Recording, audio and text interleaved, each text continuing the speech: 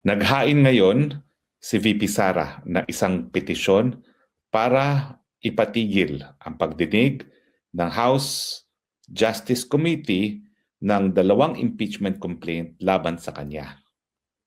Ang unang basihan, ito ay pinagbabawal ng saligang batas, lalong-lalo na dahil yung naunang 2 impeachment complaints na hindi sinama ng House Justice Committee sa pagdinig ay na-dismiss, and therefore lahat ng mga proceedings ngayon sa Kamara de Representante ay labag sa saligang batas dahil ito ay hinain sa loob ng 1 taon kung kailan pinagbabawal ang paghain ng isang impeachment complaint matapos na meron nauna ng impeachment complaint na nasampa. Pangalawa, sinasabi rin ni VP Sara na dapat ipatigil ang pagdinig dahil lumalabag sa jurisdiksyon ang Kamara de Representante dahil sila ay nagkukondak ng mini-trial at ang trial sangayon sa saligang batas ay dapat sa Senado lamang mangyari.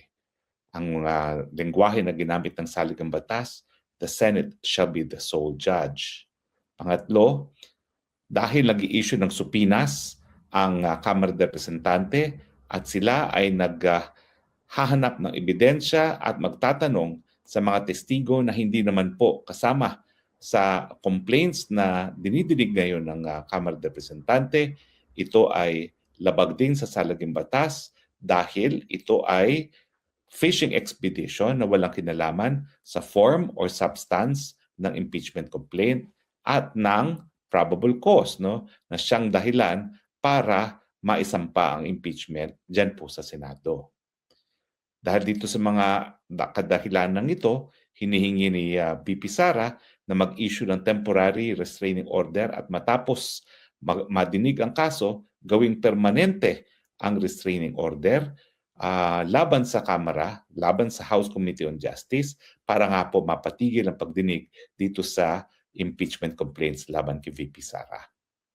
Naniniwala po ako na ang mga basihan ni VP Sara sa paghain ng kaso ay ayon sa ating saligang batas at naniniwala po ako bilang isang dating profesor ng Constitutional Law, International Law, and mahigit na 30 years of constitutional law practice na dapat lamang talagang ipatigil yaang ginagawang pagdinig ng Kamara de Representante na hindi po siya talaga kabahagi ng impeachment, kung hindi kabahagi lamang ng isang pamamaraan para sirain ang pagkatao ni VP Sara. Ano ang mga tsansa naman ni VP Sara sa Korte Suprema? Well, marami na pong kasong na-desisyonan ang Korte Suprema pagdating sa kung paano talaga dapat mag-usad ang proseso ng impeachment. Kinagagala ko pong sabihin na sa pinakaunang kaso dyan, yung Francisco versus sa House of Representatives ay isang kaso na ating hinain. At doon po malinaw na sabi ng Korte Suprema, dahil ang pinagbabawal ay ang mahigit pa sa isang impeachment complaint sa 1 taon, lahat ng mga impeachment complaints na na-file sa loob lamang ng 1 taon ay pinagbabawal. Ang dahilan, wala nang gagawin ng mga impeachable officers kung palagi silang magdidepensa sa mga impeachment complaints. At malinaw din sa akin na ang saligang batas ay naging malinaw na tanging Senado lang ang magiging sole judge ng impeachment sa impeachment trial.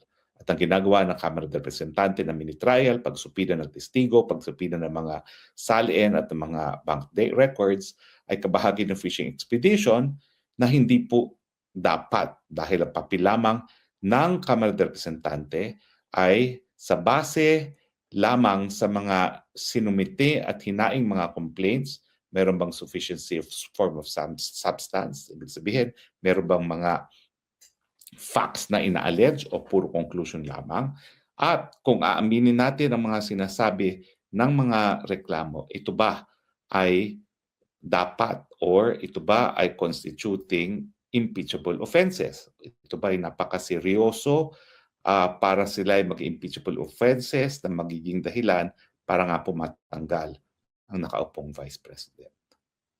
Naniniwala po ako na gaya ng ginawa ng Korte Suprema dun sa unang petisyon ni Sara Duterte kung saan ipinawalang bisa ang impeachment complaint na nais sanang isampa ng Kongreso sa Senado, mabibigo muli ang Kamara de Representante dahil paulit-ulit nilang sinusuway at binabaliwala kung ano nang nasabi ng Korte Suprema kung paano dapat ang pagdinig ng impeachment complaints pag ito ay nasa kamay ng Kamara de Representante.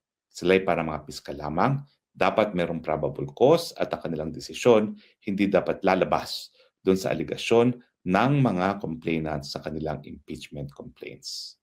Harinawa, sana po ay panindigan muli ng Korte Suprema ang kanyang katungkulan na itaguyod ang ating pinakamataas na batas sa ating bayan, yan po ang ating saligang batas. Ito po ang inyong spoksang bayan, Harry Roque, nagsasabi, I love you, Philippines. You're the only country that I have. You're the only country that I will love. Bye.